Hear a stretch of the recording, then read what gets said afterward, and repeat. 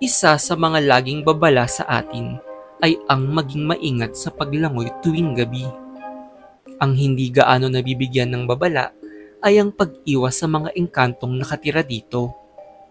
Ako si Miyong at ang aking kwento ay tungkol sa babaeng nakatira sa sapa. Noon ko pa naririnig ang mga kwento tungkol dito, ngunit hindi ko akalain na totoo pala ito. Higit sa lahat ay mararanasan ko pala ito sa hindi inaasahang pagkakataon. Nangyari ang lahat nang ako ay umuwi sa probinsya ng aking ama.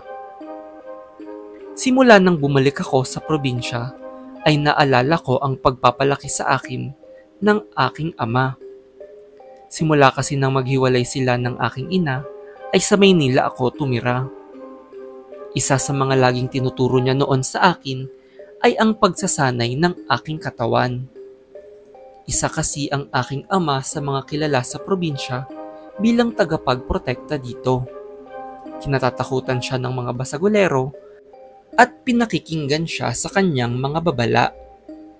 Sa kasamaang palad ay ito din ang naging dahilan ng hiwalayan nila ng aking ina. Masyado kasing naging mahigpit sa akin si Tatay Cardo at pinipilit niya sa akin na magpalaki ng katawan tulad niya at magsanay na makipaglaban. Nang tanungin siya ng aking ina, ay inihahanda lang daw ako ni Tatay Cardo para kalabanin ang engkanto sa sapa. Ang maligno di umano ay isang magandang babae na nakababad sa may sapa malapit sa amin at tumatawag ito ng mga lalaking mabibiktima para lunurin. Para sa aking ina, ay nahihibang na si Tatay Cardo sa pagpapaniwala sa mga engkanto. Dahil doon, ay sinama ako ng aking ina sa Maynila hanggang ako ay lumaki.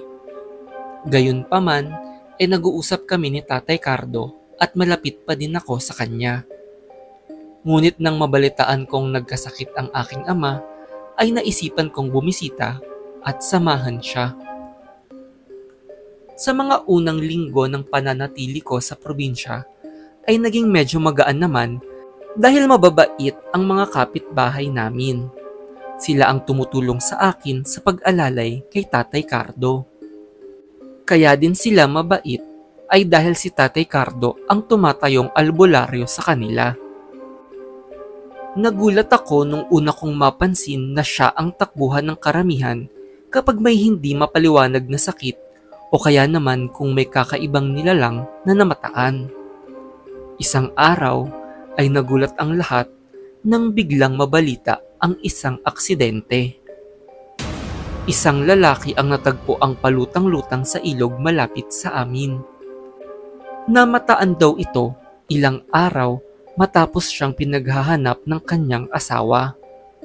Ang nakakakilabot pa ay huli itong nakita sa sapa kung saan laging sinasabi ni Tatay Cardo na may engkanto. Nangilabot ang buong katawan ko dahil napaka-question ako kung may katotohanan kaya ang mga babala ni Tatay Cardo sa akin noon pa tungkol sa babae sa sapa. Hindi ko lang akalain na makikita ko ito ilang linggo lang ang makalipas. Sakto kasing nanghina si Tatay Cardo isang gabi at nasa kabilang dako pa ng bayan ang bilihan ng gamot kaya nagmadali akong puntahan ito. Sinubukan akong pigilan ni Tatay Cardo dahil madadaanan ko daw ang sapa na dapat kong iwasan. Ininda ko ang aking takot at naisip na para ito sa aking ama kaya nagmadali na lang ako sa paglalakad. Nang pabalik na ako ay nakarinig ako ng boses ng lalaki na tila humihingi ng tulong. Nagmamadali akong puntahan ito at napatigil sa aking nakita. Natagpuan ko ang isang lalaki na nalulunod at sinubukan kong tulungan siya. Sa kasamaang palad ay huli na ang aking pagtulong at hindi na siya humihinga. Napatigil ako bigla nang mapansing may isa pang tao na nakalubog sa tubig. Pag-ahon nito ay dun ko napansin na isa itong magandang dalaga na nakatalikod sa akin. Nang mapagtanto kong ito ang engkanto, ay nagmadali akong umalis, ngunit nang bigla itong nagsalita, ay tila napatigil ako at nabighani sa kanya. Hindi ko bigla maalis ang aking mga mata sa kanya at pakiramdam ko ay hinihila niya ako papalapit. Umupo siya sa isang bato at sumisenya sa akin na lumapit sa kanya.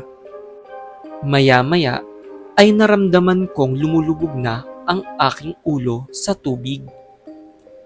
Biglang nagbagong anyo ang magandang dalaga sa isang nakakatakot na halimaw.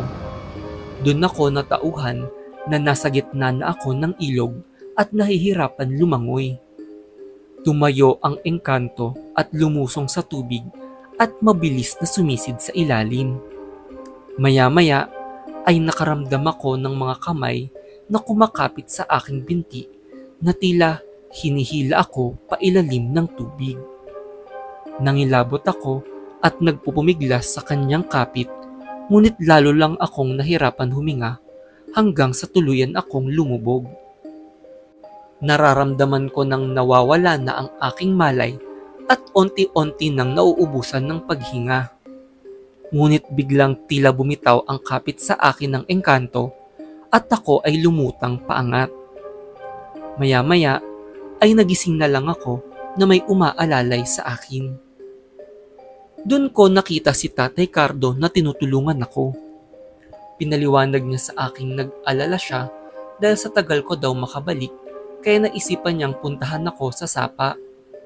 Mabuti daw ay naabutan niya ako at agad na tinaboy ang engkanto at tinulungan akong umahon. Pinakita niya sa akin ng isang anting-anting na kumukontra di umano sa temptasyon ng maligno sa tubig. Dinasalan daw niya ang sapa kaya umalis ang engkanto. Lubos ang aking pasasalamat kay Tatay Cardo na kahit matanda at may sakit na, ay tinulungan pa din ako. Matapos nun ay hinihingal kaming umuwi sa bahay at doon akong nag-umpisang maniwala kay Tatay Cardo. Nagsabi ako sa kanyang gusto kong matutunan ang lahat ng alam niya at gagampanan ko ang kanyang tungkulin sa kanyang bayan. Ngayon ay marami na akong natutunan kay Tatay Cardo at isa na ako sa tumutulong sa aming mga kapitbahay. Pumanaw na ang aking ama kaya ako na ang takbuhan nila tungkol sa mga kababalaghan.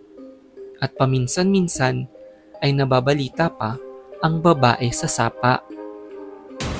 Dahil hanggang ngayon ay nagpapakita pa din ang engkanto at may mga nabibiktima pa din ito sa aming bayan.